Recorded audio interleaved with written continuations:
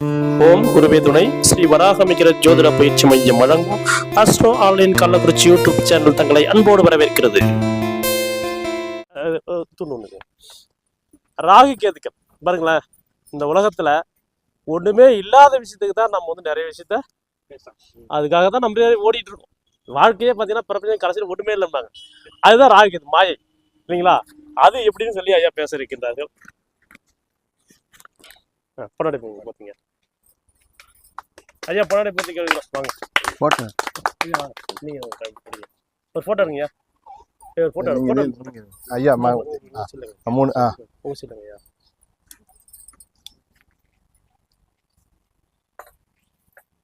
ஓகேவா ஐயா? கள்ளக்குறிச்சி மாவட்டம் அனைவருக்கும் வணக்கம். வராகிமிரர் ஜோதிட ஆசான் ஏழுமலை ஐயாவிற்கு மிகவும் வணக்கம். மற்றும்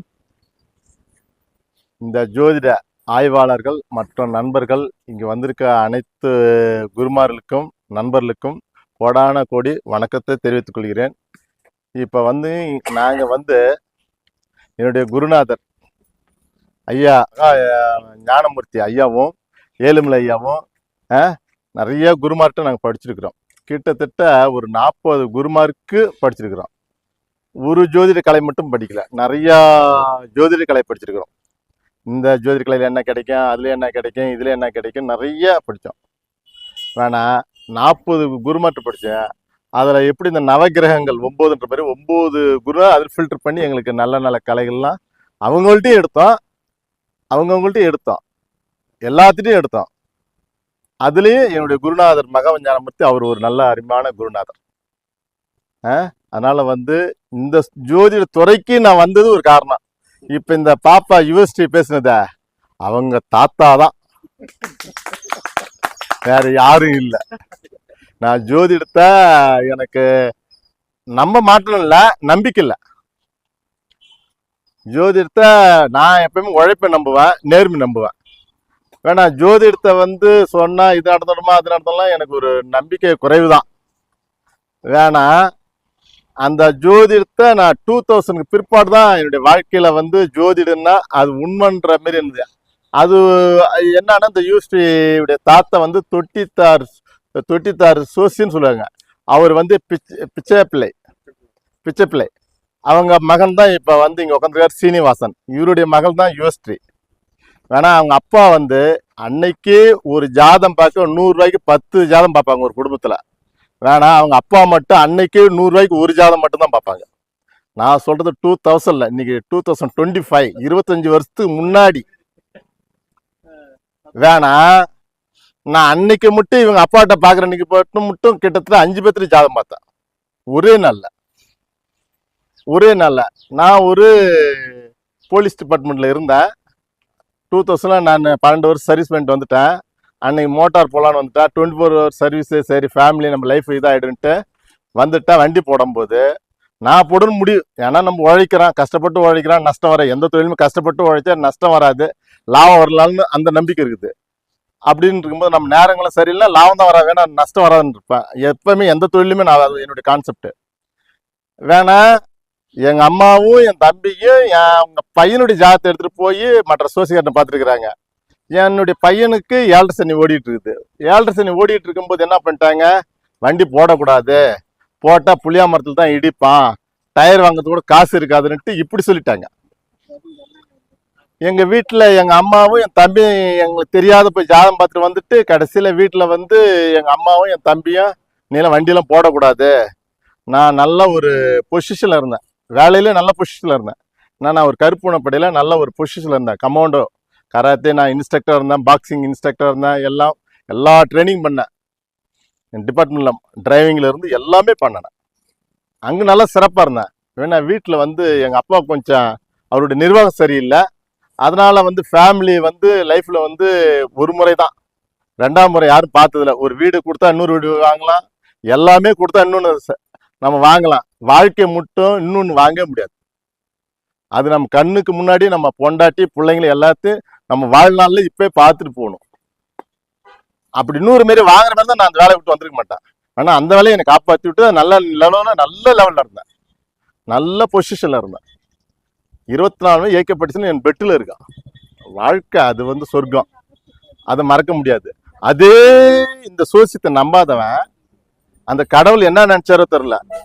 இந்த ஜோதிடத்தை என் ஒய்ஃப் வந்து அவங்க அப்பா ஹச்எம், அவங்க அம்மா டீச்சரு, பொண்ணுதான். இருந்தாலும் அவங்க சின்ன வயசுலேயே 4வது 5வது படிக்கும்போது, நான் 4வது படிக்கும்போது ஒழுங்கா படிக்க எனக்கு தெரியாது. அவங்க அப்பவே ஒரு புராண புக்கெல்லாம், ஒரு புக்கெல்லாம் 1 நாள் 2 நாள் 3 நாள் முடிச்சிருவாங்க, கதையை முடிச்சிருவாங்க. அந்த கதைலாம் இன்னைக்கு அவங்களுக்கு பெரிய ஒரு அற்புதமா இந்த ஜோதிட துறைக்கு நிறைய ஒரு முன்னேற்றம் கொடுக்குது. அப்படி இருக்கும்போது இப்போ நான் இது எதுக்கு இந்த கதை சொல்ல வரேன்னா, இந்த ஜோதிடம் வந்து நான் நம்பாததுனால இன்னைக்கு எங்கள் ஃபேமிலி இந்த ஜோதிட துறையில் இன்னைக்கு எல்லாரும் படிக்கிறாங்க பெரிய லெவலில். வேணா இன்னைக்கு அந்த அவங்க அப்பா வந்து அன்னைக்கு வந்து சொல்றாரு, எல்லாரும் வண்டி போடக்கூடாதுன்னா நீ போடலான்னு. என்ன சொன்னார் தெரியுமா? உன் பையனுக்கு 7.5 சனி நடக்கட்டும், அஷ்டமத்து சனி கூட நடக்கட்டும், எந்த தசாபுத்தி கூட நடக்கட்டும், சரியில்ல தசாபுத்தி கூட நடக்கட்டும், உனக்கு நல்ல தசை நடக்குதா, உனக்கு நல்ல புத்தி நடக்குதா, உனக்கு சுக்கர புத்தி நடக்குதா, உன்னுடைய லைஃப் வந்து உனக்கு என்ன செய்யணும் ஒன்னு இதை பாரு. பையனுக்கு சரியில்லை, அவன் நேம் போடாத, அவன் நேம்ல வண்டி வாங்காத, உனக்கு போட்டா சிறப்பா இருக்குன்னு அவர் எழுதி கொடுத்தாரு. வேணா அன்னைக்கு நான் நம்பலால, அவர் சொல்றது எனக்கு ரொம்ப பிடிச்சிருந்தது. நான் போடணும் 100%. அவர் சொல்லும் போது இன்னும் எனக்கு ஒரு ஆன பலம் வந்தது. வேணா ஆக்சுவலி அதான் உண்மை. அவர் ஜோதிடத்துல என் ஜாதகத்தை பார்த்தா நல்லா இருக்குது, சுக்கரத்தை சூப்பரா இருக்கு, நீ போடுனாரு. அது என்னன்னா இன்னைக்கு எனக்கு தெரியும். அவர் அன்னைக்கு சொன்னது அது உண்மைன்றது இன்னைக்கு தெரியும். வேணா அன்னைக்கு வந்து அது எனக்கு உண்மையா போயே தெரியாது. அந்த நம்பிக்கை ஒரு கெத்து எனக்கு வந்தது. போட்டேன், நல்லா சம்பாரிச்சேன். அன்னைக்கு என்னுடைய சம்பளம் 5000 ரூபாய். ஆனா அன்னைக்கு பவுன் 5000 ரூபாய். நான் அன்னைக்கு மாசம் 25,000 ரூபாய் சம்பாரிச்சேன். 5 மாசம் சம்பளம் ஒரே நாள்ல சம்பாரிச்சேன், ஒரே மாசம் சம்பாரிச்சேன். லைஃப் நல்லா இருந்தது. வேணா அந்த ஒண்ணு மட்டும் சொல்லிட்டாரா, அதான் உண்மையா? அதே நான் அந்த கடைசி வரை எனக்கு அது ஒண்ணுன்னு இல்லை. ஜோதிடத்துல வந்து எப்பவுமே ஒரு விஷயம் ஒண்ணு கிளிக் ஆகிடும் ஏதோ ஒரு இதுல அவர் சொன்னதுக்கு, அப்படிலாம் இல்லை. ஒவ்வொரு விஷயமும் அவர் சொல்லும் போது மிராக்கலா நடந்தது. வேணா அன்னைக்கு அவர் 100 ரூபாய் வந்து பெருசு. அன்னைக்கு 100 ரூபான்றது இன்னைக்கு வந்து 1000 ரூபாய். 1000 ரூபான்றது கம்மி தான் நான் சொல்ல போனா, இருந்தாலும் ஒரு 1000 ரூபான்னு வச்சுங்களேன். வேணா எனக்கு அன்னைக்கெல்லாம் அவருக்கு 1 லட்ச ரூபா கொடுக்கணும் என்னுடைய மனசு இருக்குது. என்கிட்ட பொருளாதாரம் இல்லை, பொருளாதாரம் எனக்கு கொடுக்க மனசு அன்னைக்கு இருக்காது, புரியுதா? வேணா அவ்வளவு குவாலிட்டி சொன்னாரு. வேணா இன்னைக்கு அவங்க பையனும் இந்த யூனிவர்சிட்டியும் இன்னைக்கு தேடிக்கிட்டு இருக்கிறாங்க இந்த ஜோதிட துறையை. அவரை மாரியே சொல்றதுக்கு அன்னைக்கு அவர் சொல்லும் போது அவர் கிட்ட உட்காந்து கேட்கல. இன்னைக்கு அவங்க அப்பா சொன்னது கேட்கல. அவரு வேணா மவளை சின்ன பிள்ளையில இருந்தே இன்னைக்கு கொண்டு போறாரு. இன்னைக்கு சின்ன பிள்ளையில இருந்து கொண்டு போறாரு, இப்படி சொல்லு இப்படி பாடி அப்படின்னு. வேணா சின்ன பிள்ளையா இருந்தாலும் இன்னைக்கு இந்த அஸ்ட்ராலஜில இத்தனை கூட்டத்துல வந்து இங்க உட்காந்து கவனமா கேட்குது, சொல்லுது. மற்ற பிள்ளைங்களும் சரியா கேட்கறதில்ல. வேணா இந்த புள்ள வருங்காலத்துல ஒரு பெரிய அஸ்ட்ராலஜரா நல்ல ஒரு ஜோதிடத்துறை நல்லா வரும், சிறப்பா இருக்கு அவங்க தாத்தாவுடைய ஆசீர்வாதத்தினால. ரெண்டாவது வந்து பொதுவாகவே நம்மளுடைய ஜாதகம் பார்க்க வருவாங்க. வந்ததுமே அவங்க வந்த கேள்வி என்ன, வரும்போது என் தொழில் எப்படி இருக்கும், என் படிப்பு எப்படி இருக்கும், என்னுடைய குடும்பம் எப்படி இருக்கு, என் கடன் பிரச்சனை என்ன, என் பையனுடைய எப்படி கல்யாணம் ஆகும், என் பொண்ணுக்கு எப்படி கல்யாணம் ஆகும், லேட் ஆகுமா சீக்கிரம் ஆகுமா, நான் பார்த்து கல்யாணம் நடக்குமா, அது இஷ்டத்துக்கு விருப்பப்பட்டு கல்யாணம் ஆகுமா அப்படின்னு கேள்வி வரும். நான் எப்போ வீடு கட்டுவேன், நான் எப்போ காடு வாங்குவேன், இல்லை நான் ஒரு நல்ல விலைக்கு எப்போ விற்பேன், எனக்கு எப்போ ஒரு பிரச்சனை வரும். இது எல்லாமே இந்த ஜோதிட கட்டத்தில் எல்லாமே இருக்குது, எல்லாமே இருக்குது. வேணா நம்ம பார்க்குற முறை நம்ம குருநாதர் இங்கே உள்ள அத்தனை பேருக்கு தெரியும், தெரியாதுலாம் இல்லை, எல்லாத்துக்கும் தெரியும். வந்தவங்களுக்கு நீ அதை சொல்லிட்டீங்கன்னு வச்சுக்க, அதை சொல்லிட்டு அவங்களுக்கு கரெக்டாக நடந்து போச்சுன்னா நீ ஆளுலாம் நீ தேட தேவையில்ல. அவங்க வந்து அவங்க சொல்லி நிறைய பேர் வருவாங்க. இப்போ எங்களுக்கு ஜாதம் இன்னைக்கு அட்லீஸ்ட் ஒரு 25 பேர் இன்னைக்கு ஜாதம் பார்க்கணும். அதில் வந்து கூடிய ஆளு ஒரு 3 பேர் தான் பழைய ஆளா இருப்பாங்க, மீதி 22 பேர் புது ஆளு தான். ஒவ்வொரு நாளும் எப்படி நம்ம சொல்லக்கூடிய அந்த பலன்கள் என்ன இருந்தாலும் வந்தாங்களா, இந்த பாப்பா எவ்வளவு பெரிய கோடீஸ்வரனா கூட இருக்கட்டும், இந்த பாப்பா கல்யாணம் இது விருப்பப்பட்ட கல்யாணம் அப்படின்னு சொல்லிவிடு. எப்ப நடக்கும், இப்படி இப்ப இப்ப இப்ப ஓடுது, இப்ப இந்த பிள்ளை விருப்பப்பட்ட கல்யாணம் ஓடுது, நீங்க வச்சிருக்கீங்கன்னா கண்டிப்பா உங்களுக்கு தெரிஞ்சிருக்கும். தெரியலனாலும் சொன்னதுமே அவங்க கவனிப்பாங்க. சொன்னாவே ஆமாங்க அதுக்கு தான் வந்துடுவாங்க. புரியுங்களா? அதே மாதிரி இது எல்லாமே இந்த கிரகங்கள் தான். இப்ப எங்களுக்கு தலைப்பு கொடுத்தாரு, ராகு கேதுன்னு வாழ்க்கையில் ஒரு மாற்றங்கள், எப்படி ஒரு வளர்ச்சி மாற்றம். இந்த எப்பவுமே இந்த நவகிரகத்துல பாவ கிரகன்றது ராகு பகவான், கேது பகவான், சனி பகவான், செவ்வாய் பகவான், 4 கிரகம்.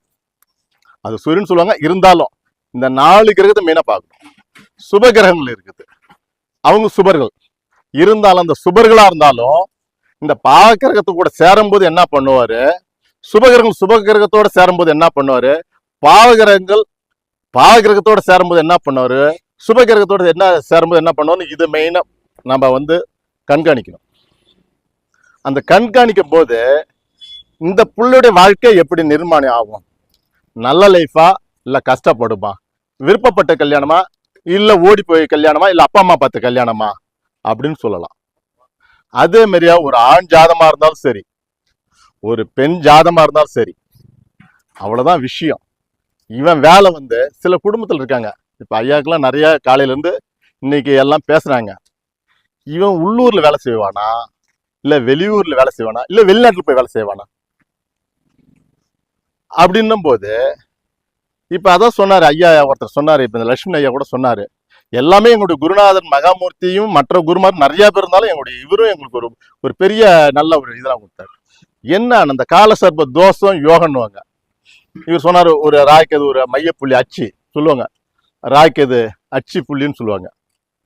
அதே மாதிரியா அதுல இப்போ ஒரு பெண் ஜாதமா இருக்கட்டும், பெண் ஜாதத்துல செவ்வாய் ஒரு பக்கம் இருந்து சுக்கரன் ஒரு பக்கத்துல இருந்தா, அவன் கணவன் வெளியூர்ல போய் ஒரு அரசு வேலையில் இருப்பான், ஒரு வெளிநாட்டுல இருப்பான், அவனுடைய தொழில் அவன் பார்த்தா சொல்லலாம், இவன் ஒட்டுக்கா குடும்பத்தோட இருப்பானா இல்ல தனியா போய் வேலை செய்வானா. புரியுது? ஒண்ணு ஒரேடியெல்லாம் தெரியல. இந்த கிரகத்தை இவங்க ஒன்னா இருக்காங்களா இல்ல தூரமா இருக்குங்க. அதே மாதிரியா எப்பயுமே இந்த ராகு பகவான் எந்த விஷயமா இருந்தாலும் பெருசா தருவார்.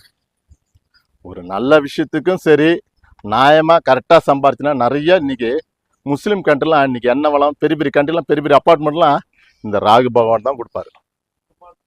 ஒரு பிரம்மாண்டமான எந்த ஒரு இதோ பிரச்சனை கொடுத்தாலும் பிரம்மாண்டமா கொடுப்பாரு. ஆமா. அதே மாதிரி கேது பகவான் அவரும் அதே மாதிரிதான். எந்த ஒரு விஷயம் நீ கரெக்டா நியாயமா தர்மமா கரெக்டா நீ அந்த ரூல்ஸ் அண்ட் ரெகுலேஷன் படி ஒரு டாக்குமெண்ட்ரி ஒரு சொத்துல கரெக்டா நான் பிரச்சனை இல்லாத வாங்கினேன்னா அவனுக்கு ஒண்ணுமே பண்ணாது.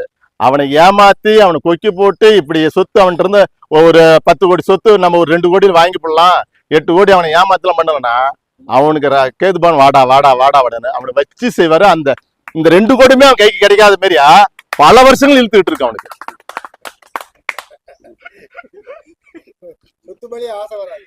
அவன் வாழ்நாள் போறான், ஐயோ எனக்கு வானாண்டா சாமி, அந்த 2 லட்சம் வந்தா போதும்னு நினைப்பான், போட்ட பணம் எனக்கு கிடைச்சா போதும். அதே மாதிரி எங்கள்கிட்ட வராங்க ஜாதம் பார்க்க, எங்கள்கிட்ட வரவங்களே அதே மாதிரி வராங்க ஜாதம் பார்க்க, ஏங்க அந்த போட்ட 2 கோடியாச்சும் எனக்கு கிடைக்குமான்னு வராங்க. இப்படிலாம் இருக்குது. இந்த ராகு பவன் கேது பவன்லாம் எப்பயுமே இந்த சனி பவன் எப்பவுமே காலப்புருஷுக்கு 10ஆம் வீடு. அவர் தொழில்காரங்கன்னு அவர் தான், கர்மக்காரங்கன்னு அவர் தான். எவன் ஒரு தொழில் எதுக்கு நம்ம அதை கர்மக்காரங்கன்னு சொல்றாங்க, தர்ம கர்மாதிபதினு சொல்லும்போது எதுக்கு கர்மக்காரனா, என்ன தொழில் செய்யறமோ அது நியாயமான தொழில் செஞ்சா அந்த கர்மா வராது. தப்பான முறையில் நீ கர்மா செஞ்சினா அது அப்படியே அந்த கர்மா வரும், அது ஜெனட்டிக் நம்ம பிள்ளைங்களுக்கு போய் சேரும், அந்த சொத்துலயும் வரும். அந்த சொத்து தான் அந்த காலத்துல ஒரு வில்லங்க, இன்னைக்கு காலத்துல அது எனக்கு வில்லங்கமா இருக்குது, அனுபவிக்க முடியல, விற்க முடியல, பாகப்பிரியம் பண்ண முடியல, பிரச்சனை வருது, வளர்ச்சி இல்லை, குடும்ப வளர்ச்சி இல்லை, பிள்ளைங்க வளர்ச்சின்னு அவன் எப்படி சேர்த்து வச்ச கர்மா தான் அது வரும். வேணா இந்த சனி பகவான் பொறுமையா எல்லா கிரகத்தையோட சுலோவா போவாரு. எல்லா கிரகம் சூரியன் 1 மாசத்துல போவாரு, புதன் 1 மாசத்துல போவாரு, சுக்கிரன் 1 மாசத்துல போவாரு. இந்த செவ்வாய் பகவான் 45 நாள் போவாரு. இந்த 2.25 நாள்ல சந்திரமன் போவாரு. ஏன்னா அவர் டக்கு டக்குன்னு போவாரு. ஏன்னா அந்த மனசு அப்படி பொறுமையால போகுது, அடுத்து அது பண்ணலாம் அடுத்து பண்ணலாம் அது பண்ணலாம், அந்த மனசு எப்படி போகுது அது மாதிரி சந்திரன் போவார். வேணா இந்த குரு பகவான் 1 வருஷத்துக்கு போவார். ஏன்னா அவருக்கு எல்லாத்தையும் கல்யாணம் கொடுத்தவனும் வேலை கொடுத்தவனும் எல்லா பொண்ணும் அவர் முன்ன போயிட்டே இருப்பாரு. இந்த ராகு பவன் கேது பவன் அவர் கொடுக்கறத வந்து எவன் ஒழுங்கா செய்யறான் இல்ல தப்பா செய்யறான், அதுக்கு வந்து இவர் வந்து இந்த 1.5 வருஷத்துல இந்த தப்பெல்லாம் செய்ய சொல்லுவாரு. கேது பவன் வந்து நீ கொடுத்துட்டு தானே போறியா, நீ கொடுத்துட்டு போ. கேது பவன் அவர் வந்து எல்லாம் முடிச்சுட்டே வருவார், வாடா வாடா வாடா அப்படின்ட்டு. ஏன்னா இந்த வக்கீலுங்க பாருங்க, அவங்க அந்த கேது பவன் ஆதிக்கம் இருந்தாதான் வக்கீலாக முடியும், ஜட்ஜாக முடியும். புரியுதுங்களா? இந்த கேது பகவான் தான் ஒரு பெரிய லாயர், பெரிய வக்கீல், அதே மாதிரி ஒரு அரசியல். அதே மாதிரியே வந்து இந்த கேது பகவான் இதெல்லாம் கொடுத்துட்டு போகும்போது என்ன பண்ணுவாரு, சனி பகவான் வந்து இவங்க இந்த ராகு பகவான் கொடுத்துட்டு போறதும் சனி பகவான் கொடுத்தா, இது கடைசியில் அவர் வந்து ஜட்ஜ்மெண்ட் மாரி அவர் எல்லாமே கடைசியில் வச்சு ஃபைனல் பண்ணுவார். அவர் கொடுப்பாரு. அவரு தான் பினிஷிங் பண்றவர். வேணா இவங்க ராகு பவன் வரா, இவன் ரொம்ப போறான்டா, இவனை தட்டுறா கை கால ஓடுறான்டுவாங்க. கேது ரொம்ப ராவடி பண்ணனா என்ன பண்ணா, கேஸ் போலீஸ் ஸ்டேஷன்ல போய் நிறுத்திடும். அதே மாதிரி இந்த ராகும் கேதும், சில பேர் இந்த டாக்டருக்கு ஒரு டாக்டர் ஆகணும்னா சரி, ஒரு ஐஏஎஸ் ஐபிஎஸ் பெரிய லெவல்ல போறதுனா, இந்த கேது பகவானும் இந்த ராகு பகவானும் இந்த சனி பகவானும் இந்த குரு பகவானும் நல்லா ஒரு சூரிய பகவானும் இந்த லிங்க் இருந்தாதான் அவன் ஒரு ஐஏஎஸ் போக முடியும், ஒரு டாக்டரா போக முடியும், பெரிய லெவல்ல போக முடியும். இந்த ராகு பகவான் கேது பகவான் இல்லாத இவங்களாம் ஒரு பெரிய லெவல்ல போகவே முடியாது. அது எல்லாம் கெட்ட கிரகம்னு நினைக்கிறாங்க. வேணா அவங்க நல்ல கிரகம். வேணா ஃபேமிலி லைஃப்ல அவங்க நியாயமா கரெக்டான ஒரு முறையில போயிட்டாங்கன்னா ஃபேமிலி லைஃப் நல்லா ஆயிடுது. வேணா இன்னைக்கு இருக்கிற வந்து பெரிய லெவல்ல வந்து ஹாஸ்பிட்டல்ல இருந்தாலும் பெரிய லெவல்ல சில தப்புகள் எல்லாம் நடக்குது. இதெல்லாம் வந்து அவரெல்லாம் பார்த்துட்டு இருப்பாரு. நாம வந்து அவங்க எவ்வளவுதான் சொத்து சம்பாதிச்சாலும் எதுதான் பண்ணாலும் இந்த பகவான்லாம் யாரும் விட மாட்டாரு. அது நானா இருந்தாலும் விட்டு வைக்க மாட்டாரு. புரியுதா? அதனால வந்து அவங்களுக்கு கடவுள் கொடுத்துருக்குறாங்க, அது ஒழுங்கா பண்ணிக்கிட்டா நல்லா இருக்கும். ஆனா அவங்க வந்து நல்லா கொடுப்பாங்க. எந்த அளவுக்கு நீ ஆசைப்படுகிறாய் மகனோ அந்த அளவுக்கு உனக்கு பனிஷ்மெண்ட் இருக்குன்னு சொல்லுவாங்க. அதனால வந்து இந்த ராகு பகவான் கேது பகவான் என்ன பண்ணுவாங்க, எல்லா கிரகம் கிளாக் வைஸ்ல வருவாரு. ராகு பகவான் கேது பகவான் ஆண்டி கிளாக்ல வருவாங்க. நீ யார் யாரெல்லாம் தப்பு பண்றீங்களோ வாங்க. இப்ப சூரியன் மேல வரியா, இப்ப அரசியல் யாரா இருக்காங்களா, அரசியலுக்கு பிரச்சனை கொடுப்பானோ, அரசியல்காரனுக்கு பிரச்சனை கொடுப்பானோ, அரசியல் கேஸ் ஃபைல் வேணும் ஓபன் பண்ணுவாங்க. அவங்களுக்கு வந்து எல்லாம் பிரச்சனை கொடுப்பாங்க. கேது பகவான் இருக்காங்களா, வா அதுல இருந்து பொறுப்புல இருந்து தூக்குடா அப்படின்னுவாங்க. புரியுதா? எல்லாமே இவங்க 2 பேரும் ஆண்டி கிளாக்ல வருவாங்க. எதுக்கு வராங்க, இவங்கள சூரிய பகவான் சந்திர பகவானே என்ன சொல்றாங்க, இன்னைக்கு வந்து சந்திர கிரகணம் சூரிய கிரகணம், அப்படியாப்பட்ட சூரியன் சந்திரனே அவங்கள்ட்ட கிரகணத்துல மாட்டிக்கிட்டு அவஸ்தைப்படுறாங்க. நாமளும் எந்த மூளை, எல்லா கிரகத்தையும் விட்டு வைக்க மாட்டாங்க. அந்த கிரகங்கள் வரும்போது ஒழுங்கா நியாயமா அதுக்கு இருந்துட்டாங்கன்னா அவங்க தப்பிச்சுவாங்க.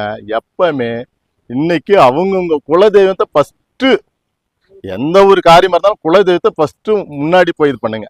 2வது அவங்க இஷ்ட தெய்வம். 3வது வந்து எந்த கிரகங்கள் அவங்களுக்கு வலு குறைவா இருக்குதோ அந்த கிரகத்துக்கு போய் அவங்க பிறந்த கிழமையோ, அவங்க பிறந்த நட்சத்திரமோ, இல்ல ஜென்ம நட்சத்திரமோ, இல்ல அதோடைய இது மாதிரி போய் செஞ்சாங்கன்னா அவங்க மனசார எப்பவுமே பிரார்த்தனை பண்ணணும்.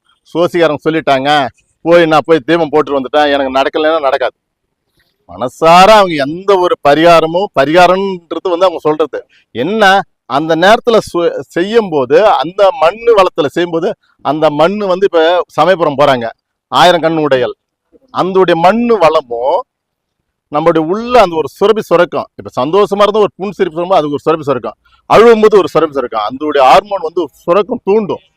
நான் மனசார நம்போது நான் இவ்வளவு கஷ்டத்துல இருக்கேன், இவ்வளவு கடத்துல இருக்கிறேன், என்னுடைய காப்பாத்தணும் போது அந்த கடவுளே மனம் உருகு பண்ணும்போது அந்த கடவுளே உனக்கு வழி விடும்.